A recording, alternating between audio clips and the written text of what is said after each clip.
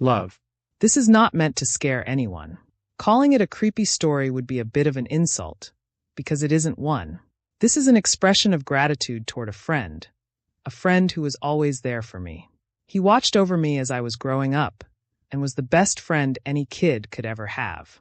Even if I didn't recognize it at the time.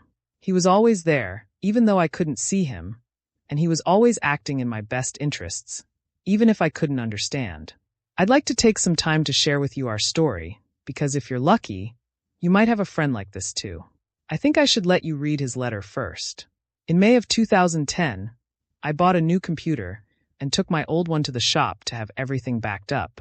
I'd brought the new computer home and had begun restoring my files from my portable hard drive and reinstalling programs when I noticed that there was a file in the miscellaneous folder that the shop's technician had created for files with no other place. It was called happybirthdaybaby.txt. Initially, I thought it was a message my mom had written for me that I'd never read as intended, but I opened it, and this is what I found. You might find this one day. I'm not great at this computer stuff, but I've watched you tinkering with this machine lately, and I think I know how to save this so that you'll find it. Seeing as it's time for me to go, I want to leave you this last little message. I know you never met your father, but to me he was Colonel Marcus Andrew Statfeld, as I'm sure your mother told you. He was a good man, one with the pride of a lion, the strength of a bear, and a heart of pure gold. Truth is, I was almost like his son long before you were born. I was his second in command and served with him for 3 years. I watched as your mother wept when she heard the news, her belly swollen with your soon-to-be debut into this world, and I stayed with her every second of every day. That was until the day you came into the world, then my focus shifted to you. I watched as they cleaned you and handed you to your mother, and she seemed to look right at me with a knowing eye as I stood over the both of you, almost as if she'd known along, and I'd be willing to bet my last penny she did. I've watched you grow, and I remember everything, even the things you don't. You always were such a happy baby, and you had seemed to have inherited your father's sense of humor. When you were getting to be 4 months old, you would do just about everything to hinder your mother's attempts at changing you, laughing all the while. You were a wild one at heart, just as you are today. Just like Marcus. When you were about 6 months old, we would play all the time. We had one game in particular, where I would grab your toes and tickle your belly. You would love it, though when your mother came in LD have to stop, and it always perplexed her as to why you'd abruptly start crying after a while. She seemed to think you didn't like her, which is when I realized that I had to back away some. When you were 1 year old, you seemed to develop a sixth sense for me, and although you couldn't really see me so much or so well anymore, you knew I was there. I couldn't play with you as much as before because I knew it would only hurt you in the long run, but I always kept guard. I knew you remembered seeing me because you had a way of testing my presence. You'd throw toys into the corner, where I stood, and then wait to see if I would play with them. Now, I know you won't remember this, but once you threw a bear and a rag doll at me, and because your mother was busy in the kitchen making dinner, I kept you entertained by putting on a little show. It was nothing special. I just made them dance a little. You were laughing loudly, and your mom came in to see what was so funny, but when she saw, she wasn't laughing. I bet you could mention the bear and ragdoll dance even today, and the color would run right out of her cheeks. But do me a favor and don't. I think it would be kinder to ask if you ever threw the toys into the corner. That isn't quite as bad a memory for her as the dancing is. Do you remember your first word? I do. Love. Haha. Your mother made damned well sure you knew just how much you were cherished by her. Every moment of every day, and she would always say, "Love you, baby." I remember you tugging at my heartstrings something awful once, when your mother was changing you in the bathroom this one time. You seemed to have caught my reflection in the mirror behind her, and you pointed and said love, well, more of a wove, but your mother knew, and she laughed and affirmed it. It was your only word for a time, but as I walked out of the reflection, you started getting restless, and I knew again that I had to be more stealthy. You were growing more and more every day now, and I couldn't afford to break my promise to your father, which is why I would have to retreat yet again. I broke the rules many times to protect you, for that promise to your father was everything to me. I remember when you were 3 and had mastered walking, you were a regular little scout, haha. You could never keep still, those little legs had opened up a whole new world to you, and you weren't shy at all about exploring it. One day you were with your mother in the market, and a lady with a shiny purse caught your eye. You went running after her, just as another shopper was running with her trolley in front of her, coming the other way. She didn't spot you, and because you were running after the purse, you didn't see her either. Breaking the rules was not allowed, but allowing you to get hurt wasn't permissible either.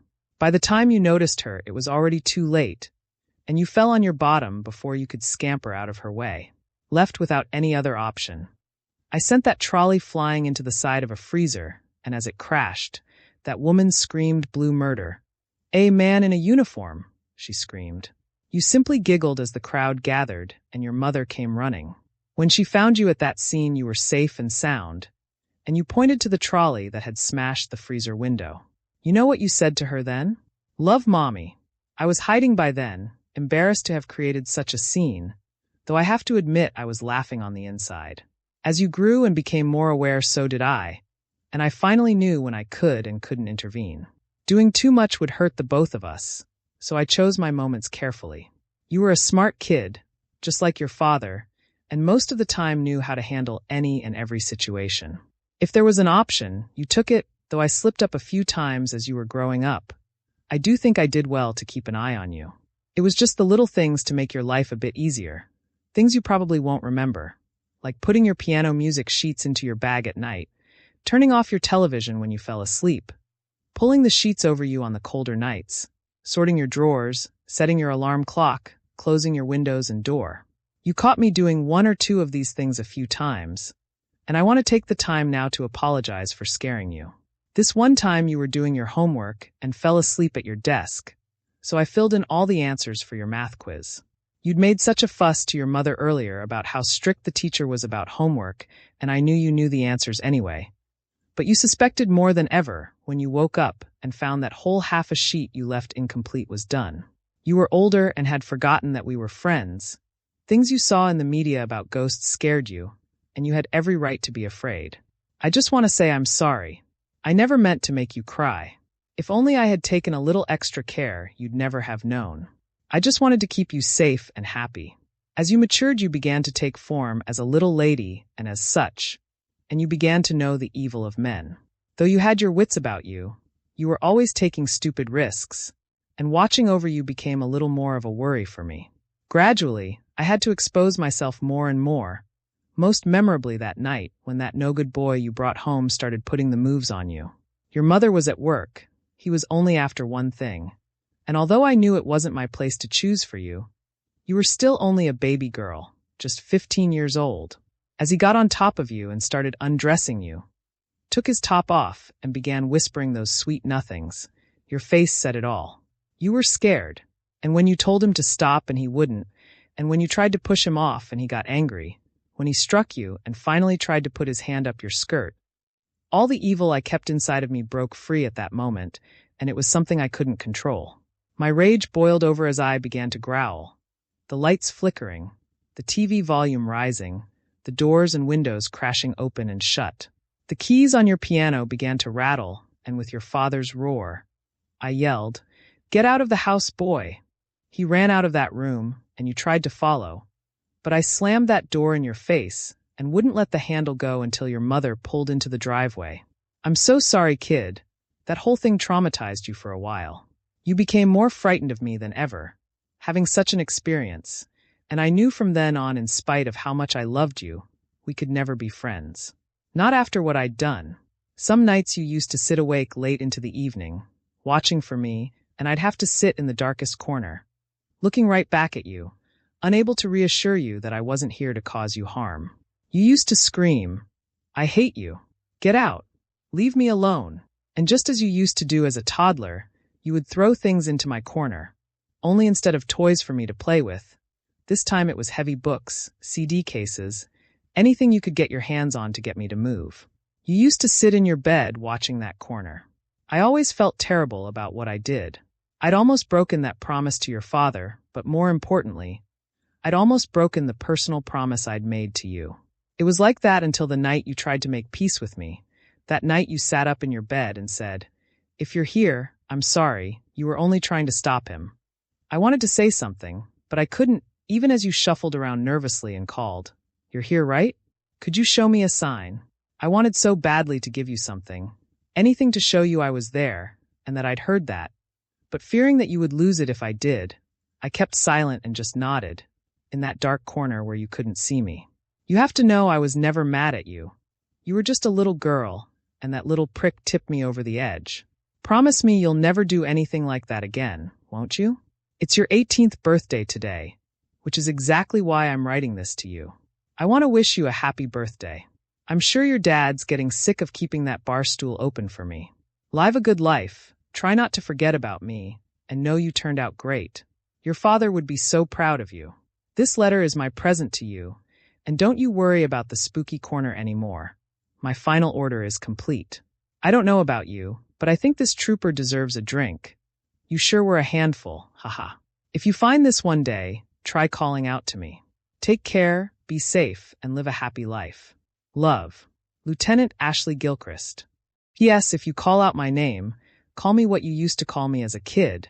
That always got me to come running. I was gobsmacked when I read this letter. Everything finally made sense.